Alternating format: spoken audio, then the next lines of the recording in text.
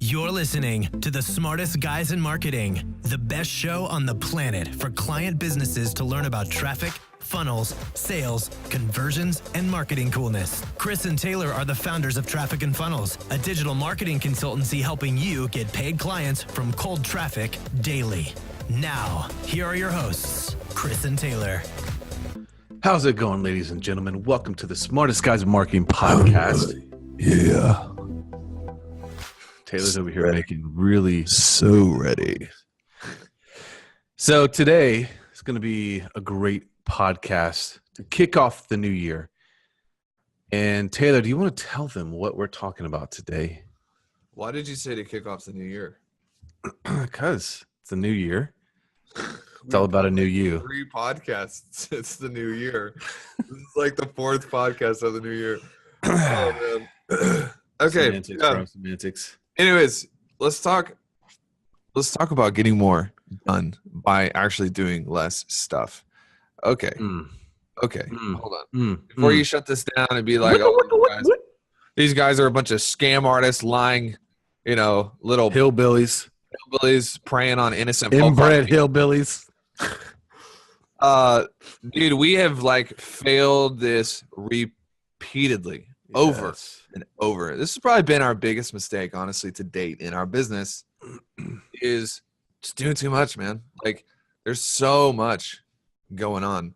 We did the hourly revenue training a couple weeks ago. I don't know when that was. Hopefully you listened to it because it was fire. But one of the biggest keys to getting up into the higher echelons of hourly income, so $6,000, $8,000 an hour, is doing less stuff. Being able to get team members to do things that you might even be really good at, but it's not your top 1%. Yeah. Yeah. So, yeah. One of the reasons this came up is we're working on kind of revamping our processes as a company, as we're growing to a company that does $10 to $12 million a year. That's our goal. There's things that we drastically have to change as we are onboarding a lot more people to the team. Everybody has to be dialed in to actually getting things accomplished. And as your classic entrepreneur, being Taylor and I, we always want to do new things, more things, add things on, expand. Where sometimes we have to find the discipline within us to only doing 1 or 2 things. And those are the small dominoes that are really going to knock the rest of the dominoes down in our business. And I read a quote that says, this article that talked about how many people actually accomplish their goals. And it's something like 8%. Like nobody. Like hardly anybody. So I think this podcast will be on point for everybody that's listening. So if you are maybe in that 90% group or 92% group of the people who don't accomplish your goals, we want to give you some practical tips on how to do it. What you got, let me just read you a couple quotes from one of my favorite books. You see this right here? Oh, I see it. If you guys are driving and not listening to this, I'm taking my shirt off, so you really need to catch the video. No, I'm just kidding. He's actually got a tattoo of the book title on his left pectoral. Check this out. This is by a guy named Richard Koch. Richard Koch is a very wealthy person. He says, everyone can achieve. The key is not effort, but finding the right thing to achieve. Boom, number one. Boom, number one. What's your first point on here? You got to know what you want. Know what you want. You got to know what you want, because I think it was Peter Drucker who said, there is nothing so bad as being efficient at things that don't matter, or being effective at things that don't matter. You can train yourself to be good at almost anything, but the key is training yourself to be good at the right things that are going to produce the results that you want. Most people are just in this random vortex where they don't know what they want.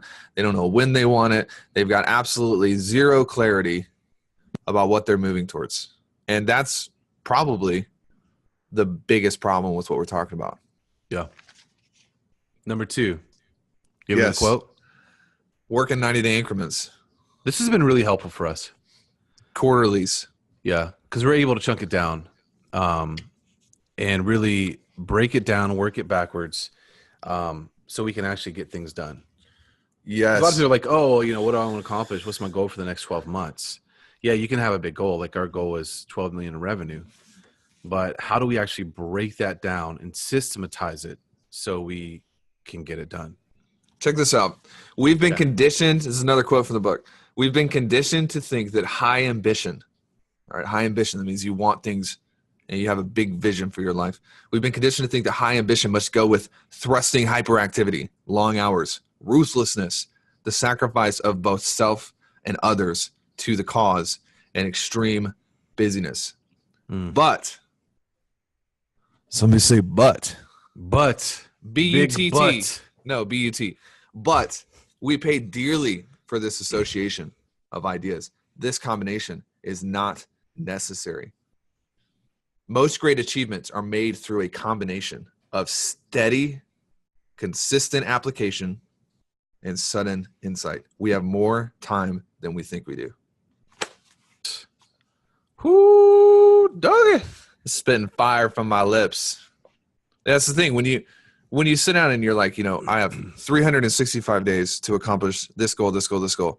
It just, you've got too much time. Like there's too much stuff to do. And you've got all these things you're working on. What did we do yesterday? We actually sat down and we went through our yearly goals. We broke those up into our quarterly goals. And then we broke first quarter up into what are the 3 or 4 things that need to happen to make this first quarter goal a reality. And we have this intense, burning clarity. And the reality is there's not as much to do as we thought we needed to do. There's only like 3 things. And we've got every single day until the end of March to get those things done. And it's just this like weight off of your shoulder. Yeah. Yeah. You want to hit the next one? Yeah. The next one is focus on moving just one big rock a month. Which is what you're talking about. What we're talking about. It's like, when you wake up and you've got 10 things to do, you're not going to accomplish anything. He who chases 2 rabbits catches none. Old school. Yeah. Some of these old school philosophers and Stoics, dude, they just knew stuff. It's because they took so much time they called it the inner citadel. It was their inner fortress. They spent so much time working on the way that they thought in their brain and how they processed decisions. And in today's world, to be honest, like the cumulative cognitive level of people in general has gone down because there's so much busyness. It's all the time. Yeah. This isn't even on the list, but I'm just saying like, it should be obvious that you can't do 10 things at the same time. Why is it not obvious? Like why are we sitting here trying to do a million things at the same time? Just double down on one big rock a month. Yeah. That's it. You got 90 days to accomplish one big goal. Everything should be realigned behind that one big goal. Yeah. I remember having the conversation almost a year ago with a friend of ours. He was like a productivity master. And I remember he was telling us like, we were talking about selling high ticket because he hadn't at that point. He's like, yeah, I've got that scheduled for quarter 4 as one of my goals. I was like, what? What do you mean, dude? Why aren't you doing it right now? That's just ignorance. Yep.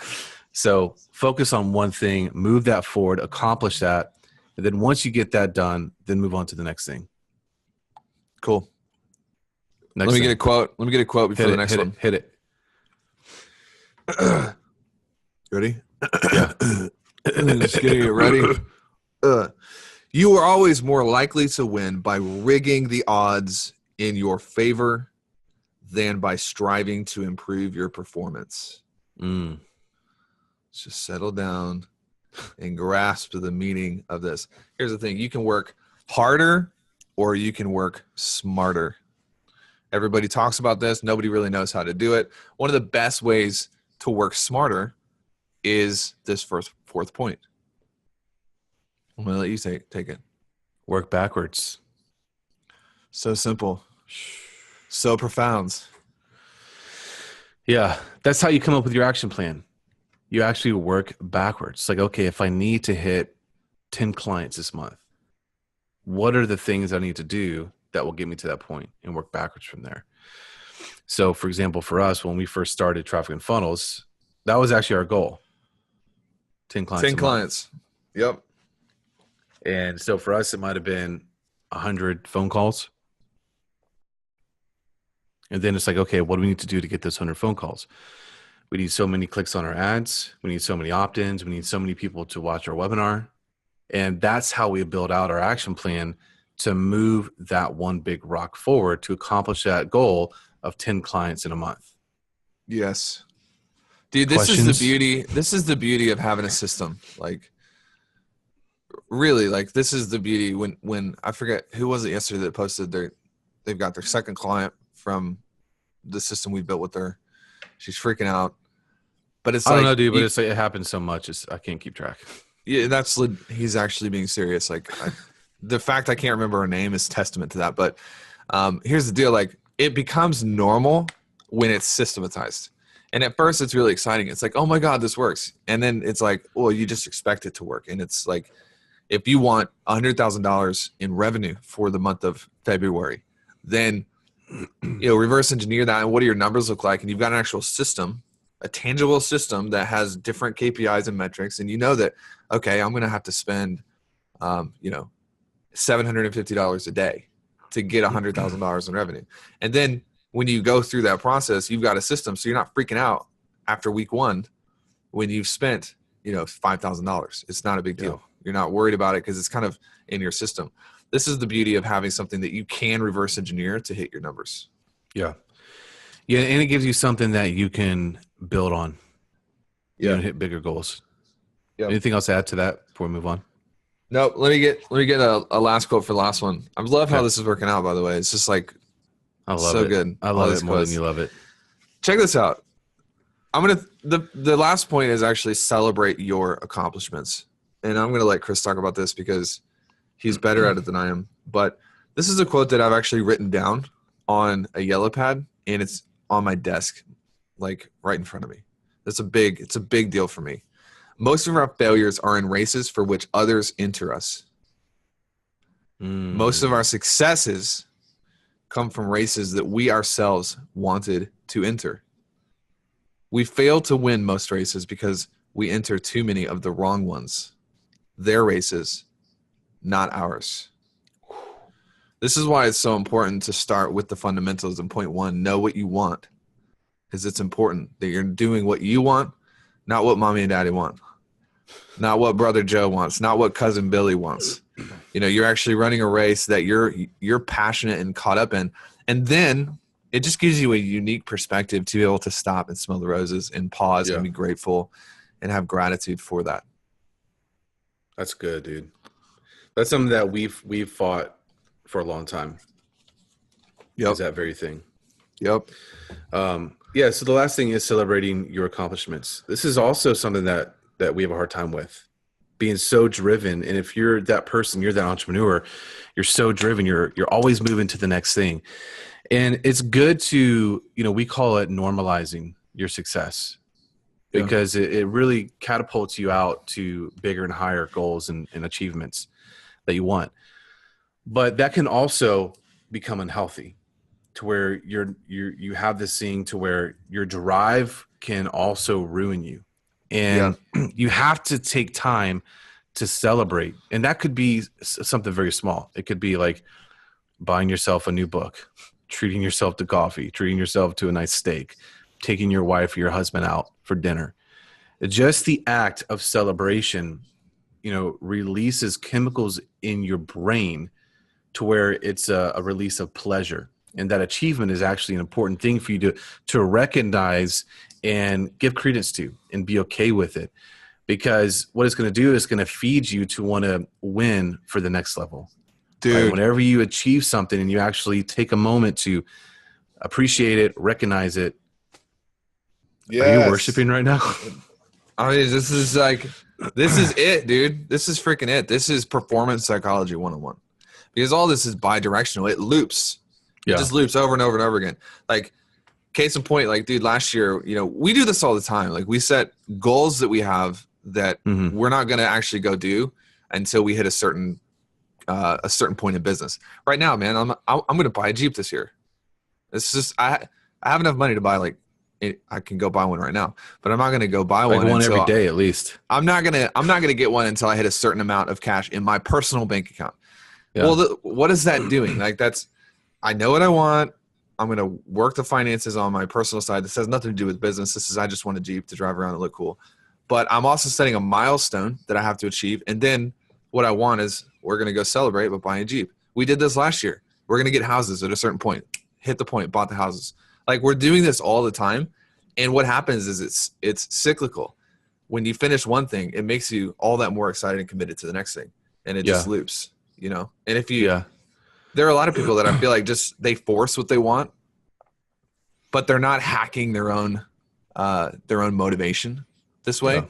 And so at a certain point, like, they just kind of lose their purpose and they just lose their drive and lose their mission. And it's not because they don't have it. It's just because they're not taking care of it. Yeah. It's almost like the celebration is a finish line. Yeah. Like, there's never a race in the world where there's not a finish line. Like, you have to have a start and a stop point. And if you don't, you'll just die. You'll burn out. Yeah. Yeah. So celebrate. Good. So good. Celebrate before you automate. Oh man. Hey, Inside speaking of celebration and enjoying, I think the next episode we're going to talk about our greatest fear in business. It's going to be super vulnerable. We're going to talk about, you know, if there's one thing I think that we are most afraid of, it's not the economy. Screw the economy. Like, economies come and go. They go up and down, and smart people always play the economy well. So we're not afraid of the economy. It's not the market. It's not money. It's bigger than that. I'm going to talk about that in a way to kind of protect yourself from this as well, because it's destructive and dangerous if you don't hedge from it. Cool. Wow, that was a great ad. That was really good. I'm going to listen to this when we're done recording it. All right, see you guys. See ya.